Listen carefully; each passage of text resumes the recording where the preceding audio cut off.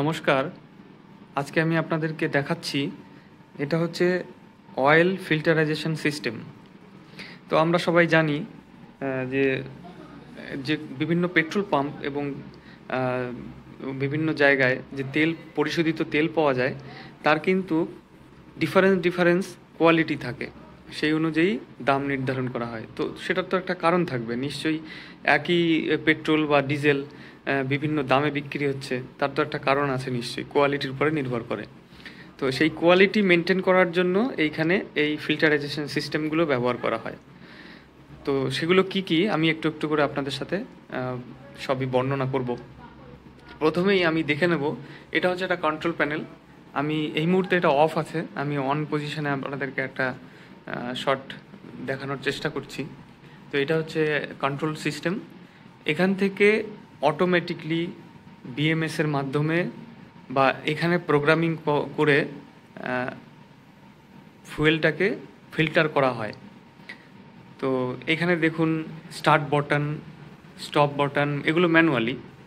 তারপরে এখানে আছে দেখুন 1 2 3 যে পাম্পের মুড থাকে এগুলো লেখাই রয়েছে, যে of mode, local mode, auto mode, remote mode, দেখেছেন তো এখানে লেখাই আছে।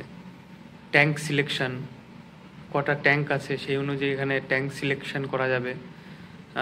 1 2 3 4 অ্যাজ পার ক্যাপাসিটি অনুযায়ী, যে বিল্ডিংয়ে যেমন ক্যাপাসিটি থাকে সেই অনুযায়ী এটা ম্যানুফ্যাকচারার সিলেক্ট করে। তো এবার আমরা চলে আসি মেন পার্টে।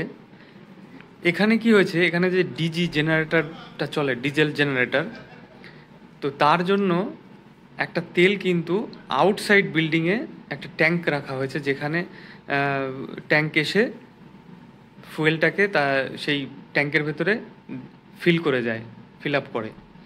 তো সেখান থেকে যখন এটা আমরা ডাউন বিল্ডিংয়ে আছি, জমি থেকে মাটির তলদেশে আছি আমরা, তো সেই কারণে সমুদ্র সমতলের নিচে যখন আমরা আছি, তো এবার ওপরে তেল আছে।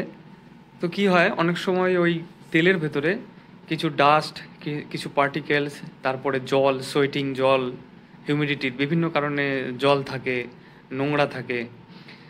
তো সেইগুলোকে পরিশুদ্ধ করার জন্য, পরিষ্কার করে যে জেনারেটরটাকে চালানো হবে বা কোনো ইঞ্জিন চালানো হবে, এখানে জেনারেটর আছে, তারপরে বয়লার আছে, তো সেইগুলোকে তো চালাতে হবে।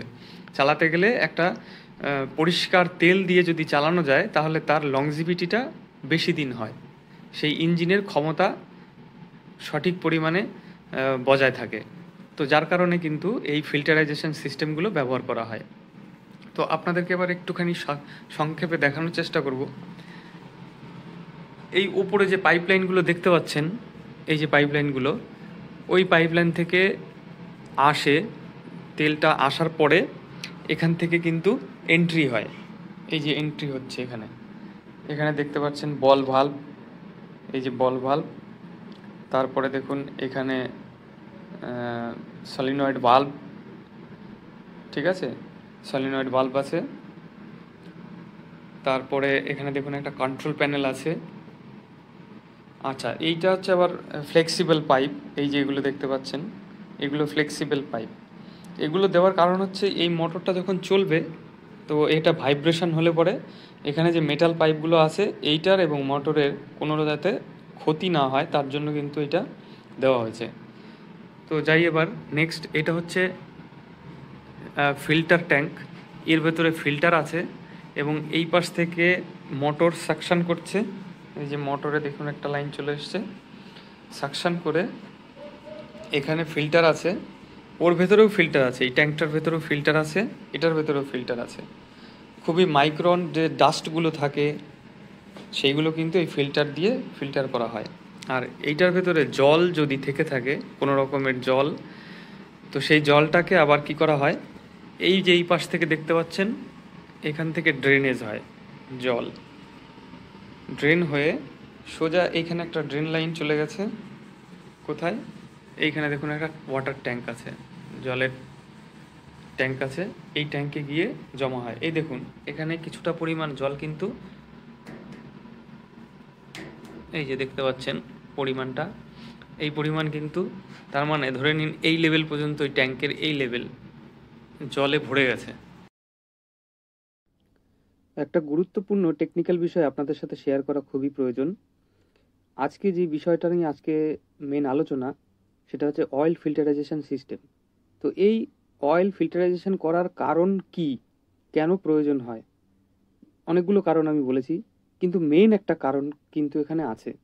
সেটা কি, আমরা জানি যে যখন ডিজেল ইঞ্জিন চলে, তো তার থেকে কিন্তু একটা রিটার্ন অয়েল আবার চলে আসে ট্যাঙ্কে।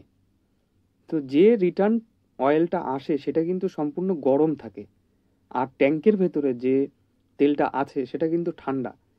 তো ঠান্ডা এবং গরম এই দুটোর সংস্পর্শে যখন আসে তখন কিন্তু সেখানে একটা হিউমিডিটি বা আপেক্ষিক আর্দ্রতা তৈরি হয়। সেই আর্দ্রতা থেকে কি হয়, জলের বিন্দু বিন্দু কণা তৈরি হয়। এই জলটাকেই রিমুভ করার মেন উদ্দেশ্য বা কারণ এই অয়েল ফিল্টারাইজেশন সিস্টেম। তাছাড়াও কিছু ডাস্ট পার্টিকেলস থাকে, সেগুলো আমি ভিডিওর আগেই আমি বর্ণনা করেছি আপনাদের সাথে। তো এই হচ্ছে মেন বিষয়, যে ডে ট্যাঙ্ক থাকে, এখানে দেখতে পাচ্ছেন ডে ট্যাঙ্ক থেকে রিটার্ন এসছে। তো এইটাই হচ্ছে, এখানে সলিনয়েড ভালভ ব্যবহার করা হয়েছে। তো এই ধরনের কিন্তু ডিজাইনগুলো করা হয়। আমি বিস্তারিত এত কিছু যাব না, আপনাদেরকে অনেক কিছুই দেখানোর আছে, এত শর্ট ভিডিওতে এগুলো শেয়ার করা সম্ভব না। একটা সম্পূর্ণ ভিডিও বানাতে গেলে মিনিমাম আধা ঘন্টা সময় লাগবে। তো আশা করি আপনারা আমার সঙ্গে থাকবেন। আমি এর পরবর্তীতে আরও ভালো ভালো কিছু ভিডিও আপনাদের সাথে শেয়ার করব। এগুলো হচ্ছে এই পাম্পের কন্ট্রোল প্যানেল, সবগুলো এখনও কাজ চলছে। তো এই কারণে লোটো লাগানো হয়েছে, দেখুন ওখানে লগ আউট ট্যাগ আউট লাগানো আছে আইসোলেটারে। আর এই এই যে পাম্পটা দেখানো হচ্ছে, এখানে সাপ্লাই লাইন, এই যে ট্যাঙ্কে, ডে ট্যাঙ্কে পাঠানো হয়, আবার ডে ট্যাঙ্ক থেকে এই যে রিটার্ন আসে। তো এই হচ্ছে মেন ফাংশনাল সিস্টেম। তো চলুন পরবর্তীতে আপনাদের সাথে আবার নতুন কোনো ভিডিও নিয়ে শেয়ার করা যাবে। আর কিছু কথা আপনাদের সাথে আবার শেয়ার করছি, যেগুলো না বললেই নয়। যে টেকনিক্যাল ভিডিও দেখতে গেলে বাংলাতে আপনারা এই চ্যানেলকে সাবস্ক্রাইব করুন, শেয়ার করুন এবং বাংলাকে ভালোবাসুন। আমি বাংলাতে এই ধরনের নিত্য নতুন ভিডিও বানিয়ে থাকি, টেকনিক্যাল এবং বিভিন্ন ট্যুরিজম প্লেস। অনেক দিন আমি ভিডিও মাঝখানে বন্ধ করে রেখেছিলাম। আপনাদের যদি সাহায্য পাই, ভালোবাসা পাই, নিশ্চয়ই আমি কন্টিনিউ করার চেষ্টা করব। আজকের মতো এখানেই সমাপ্ত করছি। ধন্যবাদ। এবার চলুন, আপনাদেরকে আমি প্রথমেই শুরুতে বলেছিলাম যে কন্ট্রোল প্যানেলগুলো থাকে, সেই কন্ট্রোল প্যানেল আপনাদের সাথে রানিং দেখানোর চেষ্টা করব। তো সেই মতো আমি ব্যবস্থা করেছি আপনাদেরকে দেখানোর জন্য। তো চলুন আমরা দেখে আসি কন্ট্রোল প্যানেল রানিং থাকলে কেমন দেখায়, কিভাবে কাজ করে, সংক্ষেপে আপনাদেরকে একটু বর্ণনা করার চেষ্টা করছি। আপনারা দেখুন এবার এখানে ড্রেন ট্যাঙ্ক ফুল হয়ে গেছে।